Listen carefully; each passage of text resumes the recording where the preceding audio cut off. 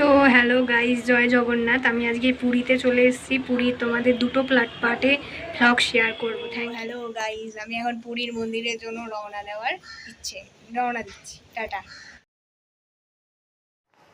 তো জগন্নাথ মন্দিরে পৌঁছেই গেলাম। আর আমি জগন্নাথ মন্দিরে এসেছি শাড়ি পরে, তোমাদেরকে দেখাচ্ছি। এই শাড়ি লাল পাড় শাড়ি পরে চলে এসেছি। এবার পুরীর সমুদ্রের ঢেউ, খুব সুন্দর আবহাওয়া উড়িষ্যায়। এই ঢেউয়ের জন্যই তো আসা, সমুদ্রই আসল আকর্ষণ পুরীর। খুব সুন্দর জায়গাটি, ঘুরে খুব ভালোই লাগলো। স্নান করার জন্য তৈরি হয়েছিলাম, আমি স্নান করব প্রথম দিনেই। খুব ভালো জায়গাটি, আবহাওয়া খুব সুন্দর, মনোরম পরিবেশ। আর যেদিন আমরা গেছিলাম সেদিন খুব ভীষণ হাওয়া দিচ্ছিল। এবং আমি উটও চড়েছি, দেখাচ্ছি এই একটা উটের ভিডিও। উটও চড়েছি, উটের ভিডিও পরে বা আজকে এইটার মধ্যেই অ্যাড করে দেব। খুব ভালো লাগলো ঘুরে, খুব সুন্দর জায়গাটি, সমুদ্র।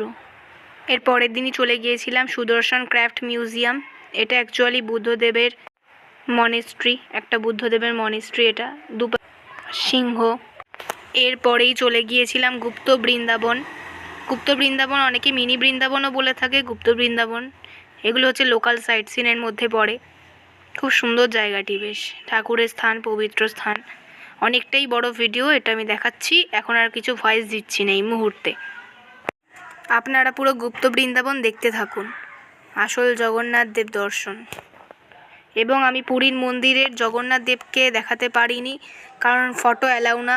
এখন অনেক নতুন নিয়ম হয়েছে, ছবি অ্যালাউ না, অনেক রকম নতুন নিয়ম, এই কারণে।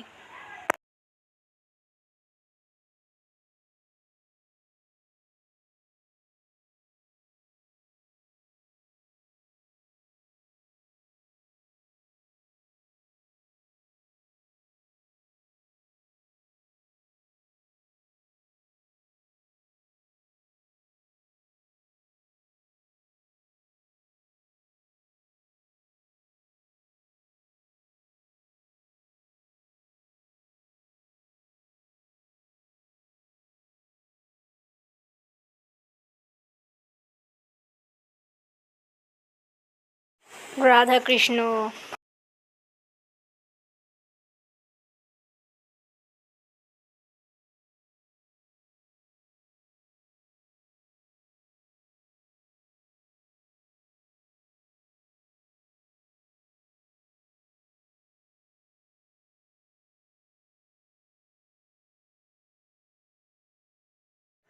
তো এটা হলো গিয়ে জগন্নাথ দেবের পিসির বাড়ি।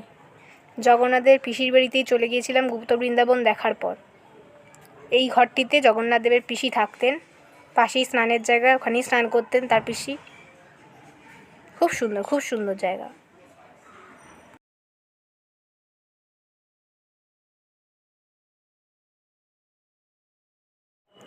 আর এটা হলো গিয়ে আসল জগন্নাথ দেবের মাসির বাড়ি।